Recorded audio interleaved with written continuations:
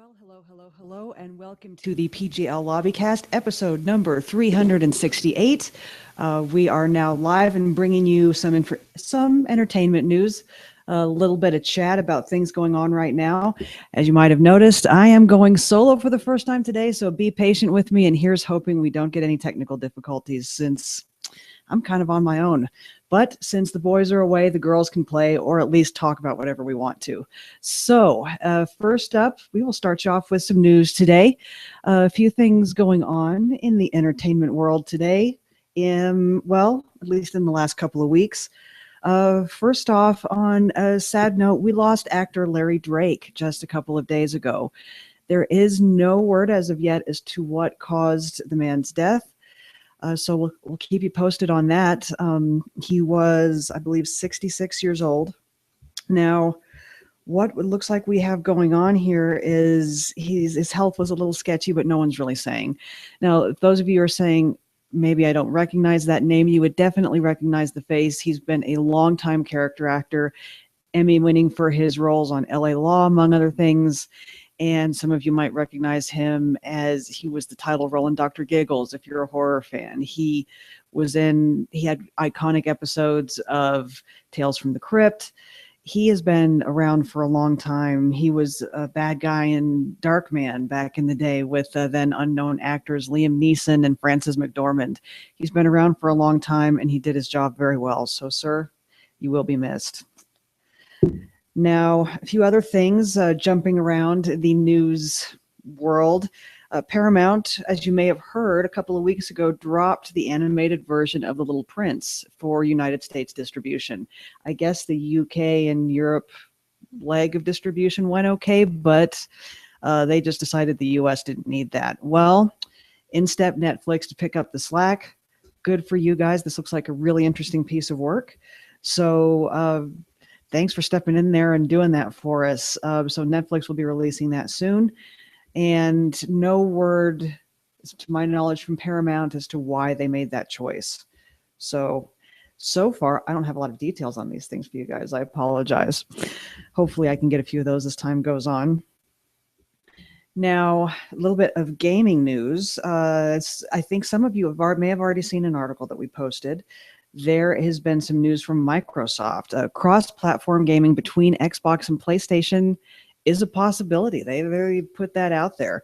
Now, they're already have the Windows 10 link up and running, and they're kind of putting that first feelers out there to PlayStation to say that this could be a thing in the future. So no more would you have to choose between what you're going to do, which friends you're going to play with, for these reasons alone. Now you can just choose because you don't like those friends or just want to ignore them because they're kind of jerk players. Now, a few other things, minor things about television. Well, maybe not minor. I was kind of excited about both of these. Pee Wee Herman, Paul Reubens, better known as Pee Wee Herman, actually. His iconic character does have a new movie coming out, Pee Wee's Big Holiday. Now, some of us grew up with Pee Wee, or at least even if we were a little older when the Pee Wee first hit the airwaves back in the day, that was a universal show. It didn't matter what age you were, you really enjoyed Pee Wee's Playhouse. And that show, aside from giving us these strange, wacky adventures, also kickstarted the careers of Phil Hartman and Lawrence Fishburne. So it's a fairly iconic TV show. Now, all of us are a little aware of some of the trouble that Mr. Reubens ran into maybe a little later in the 80s, early 90s, and I'll be honest with you, I don't care. That's not one of those things I can get really worked up about. That might be the bad way to phrase that. Anyway, who cares? Pee-wee's back. We're getting new adventures, and it's not even apparently just a rehash of old adventures. We're getting new things in this movie. So, fantastic. We're glad to see Pee-wee coming back. At least I am. Now, another TV show that was canceled and is returning to air. This is one of my favorites. It's a show called Disappeared on Investigation Discovery. Real life episodes of people, as the title suggests, who have disappeared, and sometimes there's an ending to the story or resolution. Quite often there's not. And that show was really good at getting those cases out there and showing people that these individuals are still missing. They still need help. Their families still need help. and it was canceled, much to the chagrin of many, by Investigation Discovery, and they're bringing it back starting April 11th with new episodes, new cases, and they're going to be updating old episodes. So good for Investigation Discovery for finally understanding that this is what we wanted. Other news in television, Jonathan Rhys-Meyers is joining the cast of Vikings. Now, I'm not a big Vikings fan, but as you know, Jeff, my co-host here, is. And Mr. Myers is recently best known for his TV roles as King Henry VIII and I believe The Tudors. And he also played Dracula briefly on a TV show as well, about the iconic character written by Bram Stoker originally. I did try to watch Dracula for a little while, and it was interesting. And Jonathan Rhys-Meyers is always easy to look at, but it was just a little slow, and I think that's what caught up with it in the end. So we're very happy to see him returning to television with a role on a really interesting show. And a couple other things. This is a little outside our normal purview, perhaps, but I'm a big fan of H.P. Lovecraft, so I did want to mention it. Apparently, a gentleman who had acquired some of H.P. Lovecraft's old papers, as he was sorting through them, discovered that there was an unpublished manuscript that he had ghostwritten for Harry Houdini. Now, this is different from his already published story that he ghostwrote for Harry Houdini. This is something different called The Cancer of Superstition. And this manuscript has been authenticated, apparently. It is H.P. Lovecraft work that nobody's ever seen before, and I'm not sure that we will see it. It is actually apparently going up for private auction. It's expected to fetch at least £50,000. And so we'll see how much it winds up going for and whether or not we're ever going to get a look at this. It would be wonderful to get more work from Mr. Lovecraft. Some of us are big fans of his, and it would be very good to see some more of his work. One other thing that I did want to address, there was an article published recently, and I think I need to give the Nerdist credit for this.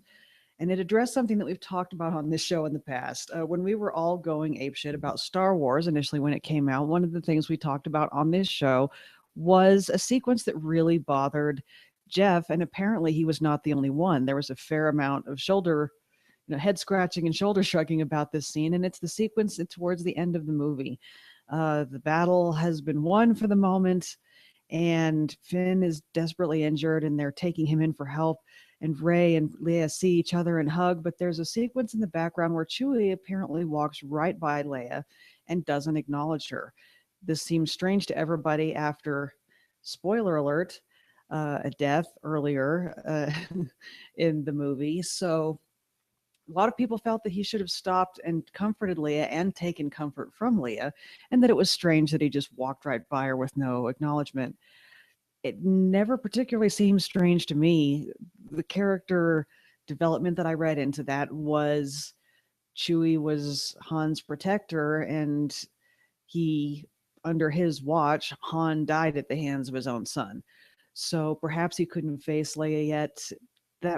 So that never really stuck in my craw, but I guess it did a lot of people. And recently, J.J. Abrams sat down with the Nerdist and clarified what he was thinking in that scene. And basically what he said was that he felt that as a warrior, Chewie was concerned about Finn.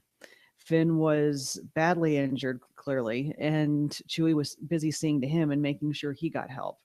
And that was all he was focused on. He said it never occurred to him how it would look to have him walk straight by Leia with no acknowledgement. So he said, no, he did say if he had it to do over again, he'd do it differently. But it was great to hear his viewpoint on a scene that has resulted in a lot of internet chatter. So thank you for the clarification, Mr. Abrams. And that, ladies and gentlemen, as I consult the Mystic phone, is about all I have for news. So I guess that will take us into the weekly watches.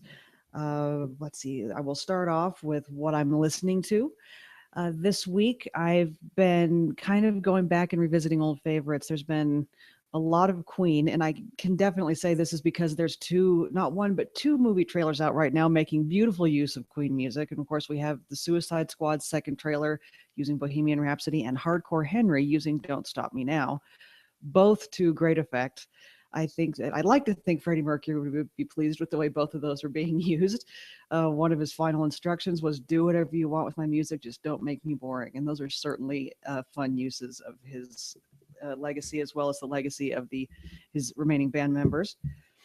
So I know that that's why the Queen has been in my head a lot lately, and I've definitely been hitting Queen on the iPod. Um, a little bit of shuffle all and revisiting David Bowie. Folks, I have to say that lately I thought I was getting a handle on the world's loss of David Bowie, and I got through reviewing of The Martian, where they play Starman in its entirety without breaking down into tears. So I thought I was doing great. A few days ago, Modern Love came on the radio while I was driving, and I broke down into tears. So clearly, this is still something that's a little raw for his fans. I can't imagine how his family feels. My heart still goes out to them. It also made me think of something I saw during an interview with British comedian Noel Fielding just recently. As I've mentioned in some recent podcasts, he's doing a U.S. tour right now, so he's also been hitting the interview circuit. And he mentioned David Bowie's passing a few times, and he said that people in Britain are not getting over this easily. It's like they lost a member of the royal family, only worse, was about how he phrased it. And I can see that. One of his fans said it's like we lost something elemental, like a color. I would very much agree with that. So that has been why David Bowie's been in heavy rotation again this last week. I also discovered another group that I'm rather liking. It's a new, young, up and coming kind of rock and roll, glam rock, I guess you would call them. Nouveau glam rock group called the Struts. If you haven't looked these guys up, I definitely recommend it. They've got some good music out there, and I'm really looking forward to seeing what they come up with in the future. So the Struts, check them out. Now, that definitely brings us to what you're watching. And what I've been watching, as I mentioned, been hitting the Noel Fielding fairly heavily since I've got a live show to see him in coming up here with and fellow co-host Brick in a couple of weeks. He's going with me to the show.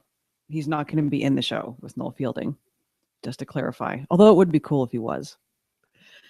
Now, I've been watching Boosh, a lot of luxury comedy. Definitely been hitting those. Caught up with Face Off, a few other things like that. I've definitely been watching Project Runway, which is kind of a new thing for me. Some of my friends got me into it, and if you told me that would be something I'd ever be watching, I probably would have blown you off or laughed at you. But it's interesting. That is definitely an art form, and it's interesting to see how someone can take something like cloth and make it into these beautiful things. It's new to me, but it's interesting exploring it. I'm enjoying it. And the one thing I really did want to say, as far as what you're watching this week, I watched a movie called He Never Died. Or He Never Died. Sorry, that was probably a little mushy. This is starring Henry Rollins, and it is about a brief synopsis about a quiet, reclusive, and apparently immortal man and some misadventures he finds himself stumbling into. I highly recommend it. It is on Netflix. I've made no secret of my love for Henry Rollins over the years on this show, and he does not disappoint in this movie. He's perfect for this role. I really recommend checking it out. So that's my big recommendation to you for this week. He Never Died. Check it out on Netflix. As far as what you playing, it's a lot of the same that we've talked about the last couple of weeks. I'm still working through White Knight, a very stylized arcade game that can be found on Xbox One. It's interesting. The gameplay is a little draggy, a little slow, but the storyline and style are enough to keep me engaged so far. So I'm interested to see where that goes. And I'm still working my way through the Room 3 alternate endings. Yes, on my way. If you haven't picked that up yet, it's been out on, as I've mentioned before, it's an Apple app. So it's been out for Apple products for a while. It's now available for Kindle. It is very reasonably priced. I highly recommend you do it if you like puzzle games. So, ladies and gentlemen, I think that brings us about to the end of our podcast this week. That's about all I have to throw at you. If you have any suggestions and things you want us to talk about, please let us know. In the meantime, you have a great week, and I will be back, hopefully with more of my co-hosts in tow. So have a good week, folks. Take care.